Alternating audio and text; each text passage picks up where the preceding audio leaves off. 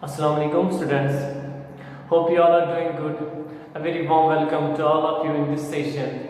This is Sage Anger from Little Birds Public School. Today, dear students, we are going to discuss one of the chapter of the class 10th chemistry, that is the metals and the non-metals. First of all, we'll talk about the physical properties of the metals and non-metals. Before starting the today's lecture, make sure you have got copy as well as pen in front of you so that you can mention important points on your notebook that I am going to teach you in the today's lecture. So let's start. Metals and non-metals. As we know that जो हमारा periodic table होता है, तकरीबन उस period table के अंदर हमारे पास हम बताते हैं we have got 118 elements. As you know that we have got 118 elements and among them हमारे पास कुछ होते हैं मेटल्स, ठीक है, हमारे पास उनमें से कुछ होते हैं नॉन मेटल्स, ठीक है। इस तरीके से बेटे हमारे पास कुछ ऐसे होते हैं जिनको हम नाम देते हैं सेमी मेटल्स, बेटे उनको हम नाम देते हैं सेमी मेटल्स। तकरीबन मेटल्स की अगर हम बात करेंगे बेटे 75% to 78%, ये हम बताएंगे 75 to 80% इस इन 118 एलिमेंट्स में से क्या होते हैं बेटे, मेटल्स होते हैं। इस तरीके से हम बताते हैं 18 एलिमेंट्स ऐसे होते हैं जो होते हैं नॉन मेटल्स और सेमी मेटल्स जिनको हम और एक नाम दे सकते हैं मेटलॉइड्स। इनका जो नंबर होता है बेटे दैट इज 7 इन नंबर। ये कितने होते हैं, 7 होते हैं। सो हमारे पास जो 118 एलिमेंट्स है टिल डेट नोन एलिमेंट्स, इनमें से 75 to 80% होते हैं मेटल्स, इनमें से 18 एलिमेंट्स होते हैं नॉन मेटल्स और इनमें से क्या होते हैं 7 एलिमेंट्स ऐसे होते हैं जिनकी प्रॉपर्टीज इन बिटवीन होती है metals as well as non metals, जिनको हम नाम देते हैं बेटे सेमी मेटल्स और मेटलॉइड्स, राइट। तो इन्हीं के बारे में हमें पढ़ना है। मेटल्स की कौन कौन सी प्रॉपर्टीज होती है, physical property, chemical property. Non metals की कौन सी प्रॉपर्टीज होती है, फिजिकल प्रॉपर्टी, केमिकल प्रॉपर्टी। और कौन सी ऐसी प्रॉपर्टीज होती हैं बेटे जो मेटल्स को डिफरेंशिएट करती हैं from those of the non metals. And in today's lecture we are going to discuss the physical properties which differentiates metals from those of what, non metals. एक तो हमें इस डिफरेंशिएट से ये पता चलेगा कि मेटल्स क्या होते हैं और नॉन मेटल्स क्या होते हैं, और ये भी हमें बेटे पता चलेगा मेटल्स और नॉन मेटल्स के बीच में डिफरेंस रियल में एक्चुअली क्या होती है। So let's start. Point number 1, the first very important point, so far as the metals are concerned, if we are talking about the metals ऐसे chemical species होते हैं बेटे which undergoes loss of electron, जो electron को क्या करते हैं बेटे, लॉस करते हैं। अब कौन से केमिकल स्पीशीज इलेक्ट्रॉन को लॉस करते हैं, जिनका आउटरमोस्ट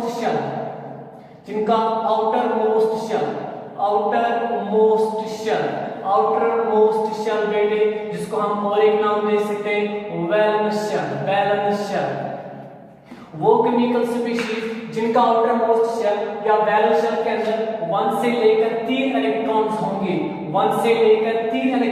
बेटे, they undergoes what, loss of electron. जब इलेक्ट्रॉन को लॉस करेंगे बेटे शाबाश, हम बताएंगे वो वहां पे बिहेव करेंगे मेटल्स, और उन मेटल्स को हम बेटे नाम देते हैं electropositive elements. Such metals we called by the name of electropositive elements। इनको हम बेटे क्यों नाम देते हैं इलेक्ट्रोपॉजिटिव एलिमेंट्स, क्योंकि बेटे जब ये इलेक्ट्रॉन्स को लॉस करते हैं उनके ऊपर पॉजिटिव चार्ज डेवलप होता है। That is on the basis of this such elements we called by the name of what, electropositive elements। Let's go for the example. I have got the lithium, I have got the potassium। अगर हम lithium की बात करेंगे बेटे, इसका atomic number होता है 3, ठीक है ना। तो इलेक्ट्रॉनिक कन्फिगरेशन के हिसाब से जो मैंने आपको पहले ही समझाई है, इलेक्ट्रॉनिक कन्फिगरेशन क्या होती है, distribution of the electrons in shells, ठीक है ना। तो पहले में 2 आ जाएंगे, दूसरे में 1 आ जाएगा। अब देखो बेटा इसके आउटरमोस्ट शेल, ये बन गया इसका आउटरमोस्ट शेल। इस आउटरमोस्ट शेल में इलेक्ट्रॉन्स कितने, 1 to 3, 1 भी होगा, 2 भी होगा, 3 भी होंगे, ठीक है ना। तो वहां पे लॉस होंगे, तो ये इलेक्ट्रॉन यहाँ पे लॉस करेगा। जब ये इलेक्ट्रॉन को यहाँ पे लॉस करेगा, लॉस करने के बाद इसके पास सिर्फ कितने इलेक्ट्रॉन बचेंगे शाबाश, 2 इलेक्ट्रॉन बचेंगे। इसके पास सिर्फ 2 इलेक्ट्रॉन बचेंगे। जब ये इलेक्ट्रॉन लॉस करता है इसके पास सिर्फ 2 इलेक्ट्रॉन बचते हैं और वहां पे इलेक्ट्रॉन लॉस होने की वजह से इसके ऊपर कौन सा चार्ज डेवलप होता है शाबाश, पॉजिटिव चार्ज डेवलप होता है। इसके ऊपर पॉजिटिव चार्ज डेवलप होगा शाबाश बेटे, इस सोडियम के ऊपर पॉजिटिव चार्ज डेवलप, सॉरी इस लिथियम के ऊपर पॉजिटिव चार्ज डेवलप हो गया, as you can see here. तो इसका एटॉमिक नंबर देखो बेटा 2 लिखा हो गया। अब क्या रहा 2। अब ये इलेक्ट्रॉन को लॉस क्यों करता है? ये इलेक्ट्रॉन को लॉस इसलिए करता है, जो भी इसलिए करता है क्योंकि इसका जो नियरेस्ट नोबल गैस होता है ये उसके इलेक्ट्रॉनिक कॉन्फ़िगरेशन को ऑप्ट करता है। जब उसके इलेक्ट्रॉनिक कॉन्फ़िगरेशन को ऑप्ट करता है तो स्टेबल हो जाता है। तो इलेक्ट्रॉन लॉस करने की वजह से इलेक्ट्रॉन लॉस करने उतनी ही इलेक्ट्रॉन लॉस कर सकता है जब इसके रेंज के अंदर होगा। एक अगर इसके पास एक इलेक्ट्रॉन तो लॉस करेगा, 2 इलेक्ट्रॉन है तो लॉस करेगा, 3 इलेक्ट्रॉन है तो लॉस करेगा। तो जितने इलेक्ट्रॉन लॉस करेगा उतने पॉजिटिव चार्ज वहां पे डेवलप होंगे, इसलिए इनको हम नाम देते हैं इलेक्ट्रो पॉजिटिव एलिमेंट्स। तो हम बताएंगे सोडियम, हम बताएंगे lithium is a metal. Lithium क्यों मेटल है? इसने इलेक्ट्रॉन को लॉस किया, इसने इस एक इलेक्ट्रॉन को लॉस किया। इलेक्ट्रॉन लॉस होने की वजह से इसके ऊपर कौन सा चार्ज हो गया, पॉजिटिव चार्ज। इससे पहले इसके पास 3 पॉजिटिव थे 3 नेगेटिव थे, ठीक है ना, 3 पॉजिटिव थे 3 नेगेटिव थे।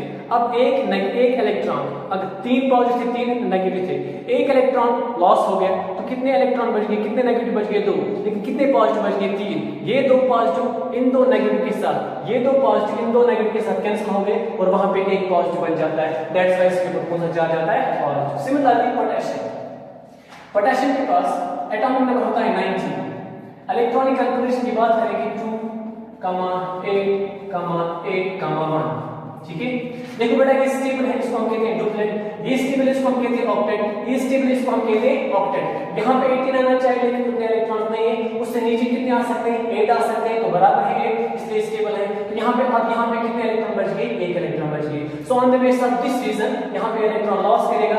जब ये इलेक्ट्रॉन लॉस करेगा कितने, 1, तो यहाँ पे पोटेशियम के ऊपर भी कौन सा चार्ज आएगा बेटे, 1 आ जाएगा, with the loss of 1 electron, with the loss of what, 1 electron.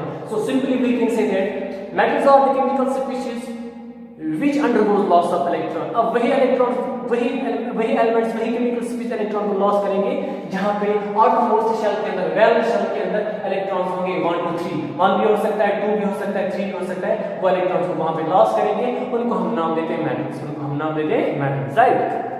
तो ये मैंने मेटल्स के बारे में बताया। नाउ इसके बाद हम बताएंगे नॉन मेटल्स। अगर हम बेटे नॉन मेटल्स की बात करेंगे, अगर हम नॉन मेटल्स की बात करेंगे, non metals are the chemical species, non metals are the chemical species. तो बेटे यहाँ पे देखो बेटे, अब नॉन मेटल्स क्या होते हैं? नॉन मेटल्स में पहला पॉइंट, नॉन मेटल्स के अंदर बेटे पहला point, the first very point in case of the non metals. यहाँ पे हमने मेटल्स के बारे में बात की, हमने यहाँ पे मेटल्स के बारे में बात की। Now we will talk about the non-metals. Non-metals are the chemical species where element undergoes the gain of electron. Most of the वहाँ पे जो elements होते हैं वो electrons को क्या करते हैं, gain करते हैं। ये हम ऐसे बताएंगे, we can also say like this, जिनके outermost shell में या जिनके valence shell में, जिनके वैलेंस शेल में इलेक्ट्रॉन्स कितने होंगे बेटे, इलेक्ट्रॉन्स होंगे या तो 4 या तो 5 या तो 6 या तो 7, ठीक है ना। जिनके आउटर मोस्ट शेल में कितने इलेक्ट्रॉन्स होंगे, 4 होंगे, 5 होंगे, 6 होंगे, 7 होंगे बेटे। उन केमिकल स्पीशीज को हम बेटे नाम देंगे नॉन मेटल्स। उन केमिकल स्पीशीज को हम क्या नाम देंगे, non metals. I have got example of carbon, I have got example of carbon, carbon is a non metal, carbon is a non metal. I have got example of the oxygen, oxygen is a non-metal. I have got the example of the fluorine. Fluorine is a non-metal. हमारे पास carbon, इसके outer most shell में 4 electrons होते हैं। हमारे पास है nitrogen, nitrogen के outer most shell में 5 electrons होते हैं। इसके आउटर मोस्ट शेल में 4 इलेक्ट्रॉन्स होते हैं, इसके आउटर मोस्ट शेल में 5 इलेक्ट्रॉन्स होते हैं। ऑक्सीजन के आउटर मोस्ट शेल में कितने इलेक्ट्रॉन्स होते हैं, 6 इलेक्ट्रॉन्स होते हैं। और फ्लोरीन के आउटर मोस्ट शेल में कितने इलेक्ट्रॉन होते हैं, 7 इलेक्ट्रॉन्स होते हैं। तो जब आउटर मोस्ट शेल में या वैलेंस शेल में नंबर ऑफ इलेक्ट्रॉन्स होंगे 4, 5, 6 या 7। अब 8 क्यों नहीं हो सकता, 8 स्टेबल है तो उसमें वहां पे कोई प्रॉब्लम नहीं हो, पहले से स्टेबल है। तो यहाँ पे बहुत सारे, यहाँ पे इनमें से बहुत सारे एलिमेंट्स ऐसे होते हैं, बहुत सारे केमिकल स्पीशीज ऐसे होते हैं जो इलेक्ट्रॉन्स को गेन करते हैं। If you are talking about the fluorine, ये इलेक्ट्रॉन को गेन करने की सलाहियत रखता है। If you are talking about the nitrogen, oxygen, ये इलेक्ट्रॉन को गेन करने का पोटेंशियल रखता है। If you are talking about the nitrogen, ये इलेक्ट्रॉन को गेन करने का पोटेंशियल रखता है। तो हम ऐसे ही बता सकते हैं which are electronegative in nature, which are electronegative in nature, which are electronegative electronegative in nature. इनको हम बेटे क्यों नाम देते हैं इलेक्ट्रोनेगेटिव इन नेचर? एलिमेंट्स ऐसे होते हैं, क्यों नाम देते हैं इलेक्ट्रोनेगेटिव एलिमेंट्स? क्योंकि ये इलेक्ट्रॉन को गेन करने की सलाहियत रखते हैं। जब इलेक्ट्रॉन को गेन करते हैं they show their nearest nobel is electronic configuration. Let me take the example of the fluorine. Fluorine का एटॉमिक नंबर बेटे होता है 9, इलेक्ट्रॉनिक कॉन्फ़िगरेशन होती है 2,7। अब इसके पास लास्ट शेल में कितने इलेक्ट्रॉन है? 7। जैसे कि मैंने आपको पहले ही समझाया है, अगर इलेक्ट्रॉन्स लास्ट शेल में, आउटर मोस्ट शेल में इलेक्ट्रॉन्स होंगे 1 2 3 तो वो लॉस करता है, 5 6 7 तो वो गेन करता है। अगर हम कार्बन को थोड़ा सा साइड में रखेंगे तो यहाँ पे इलेक्ट्रॉन को क्या करेगा? गेन करेगा। कितने इलेक्ट्रॉन को गेन करेगा? Octet minus number of the valence electrons. यहाँ पे कितने वैलेंस इलेक्ट्रॉन्स हैं? 7। ऑक्टेट कितना होता है? 8। 8 माइनस 7 इक्वल टू 1, तो यहाँ पे इलेक्ट्रॉन एक गेन करेगा। जब ये एक इलेक्ट्रॉन बेटे यहाँ पे गेन करेगा तो यहाँ पे बन जाएगा, शाबाश, ये दूसरे शेल में कितने इलेक्ट्रॉन आ जाएंगे? 8 इलेक्ट्रॉन आ जाएंगे, ठीक है ना। तो जब 8 इलेक्ट्रॉन इसके आउटर मोस्ट शेल में आ जाएंगे, टोटल इलेक्ट्रॉन इसके पास बचाएंगे 10।